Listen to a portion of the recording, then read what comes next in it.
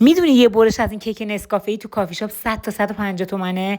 اونم میدونی که کلشو میتونی با 20 تومن درست کنی. لابد میگی فرو همزن نداری. فرو همزنم نمیخواد، تو قابلمه با همین چند تخم مرغ، وانیل و شکر با همزن دستی 10 دقیقه میزنی. بعد نسکافه تو که با آب جوش قاطی کردی بهش اضافه میکنی و بعد بیکینگ پودر و آرد تو 3 مرحله داخلش الک میکنی و قشنگ هم میزنی. چند بارم دورگیری کن. تمام مواد و مقدارش تو کپشن نوشته شده. داخل قابلمه رو کاغذ روغنی میندازی، موادتو میریزی، زیر شعله پخش کن میذاری و درش هم که دم کنی کمش میکنی 35 دقیقه قشنگ میپزه و پفدار میشه. سس روش هم که یه سس خوشمزه نسکافه‌ایه که موادش داخل کپشن نوشته شده. بعد از اینکه کیکت خنک شد سس روش میزن. تزیین روش کاملا سلیقه‌ایه. سیوش کن، گمش نکنی، حتما درست کن وگرنه نصف عمر در فنا. پستو بفرست واسه اونی که فرو همزن نداره ولی عاشق کیکه. میدونم که با مرامی و قلب پستمون رو قرمز میکنی. من سمیه‌ام و کلی این آموزشای خوشمزه دارم. فالوم نکنی نصف دیگه عمرت هم در فناست.